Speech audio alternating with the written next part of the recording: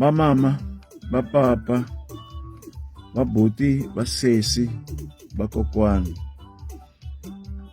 na Mlosa i dokodela Thomas Chauke loyi a taka eka n'wina hi ku titsongahata lokukulu.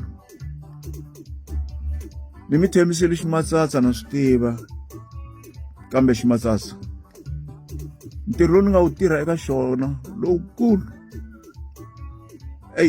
wu ni nyamisile hikuva xi tsandzekile ku huma ximatsatsa.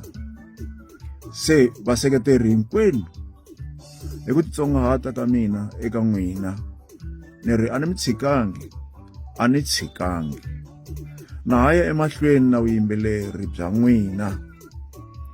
Ximatsatsa xa n'wina number 37 mi ta xi kuma early next year. Ni mi navelela ku mi dya makhisimusi layo saseka swinene mi karhi mi tiva leswaku ni ta mi sula mihloti earlier next year. Inkomu.